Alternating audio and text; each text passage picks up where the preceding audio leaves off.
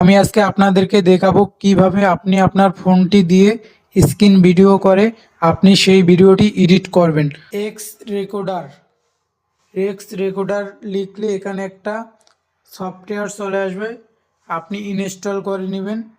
ওপেনে ক্লিক করার পর এখানে কিছু পারমিশনস হবে, পারমিশনগুলো আপনি অ্যালাউ করে দিবেন।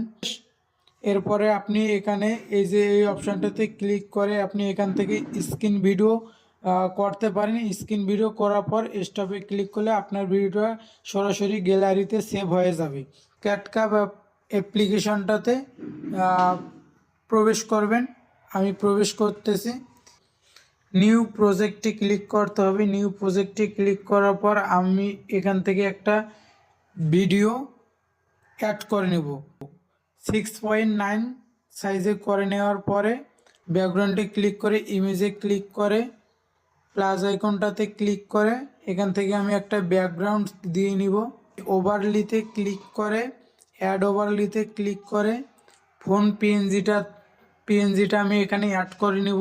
জুম করে নেবেন যাতে কোনো বাহির সাইডে কোনো কিছু দেখা না যায়। এরপরে আমরা এটাকে ভিডিও পর্যন্ত সমান করে দেব। করে দেওয়ার পর পিছনের অংশটুকু আমরা ডিলিট করে দেব। এরপর ডিলিট করে দেওয়া হলে দেখেন এখানে সম্পূর্ণ ভিডিওটা অনেক সুন্দর দেখা যাচ্ছে।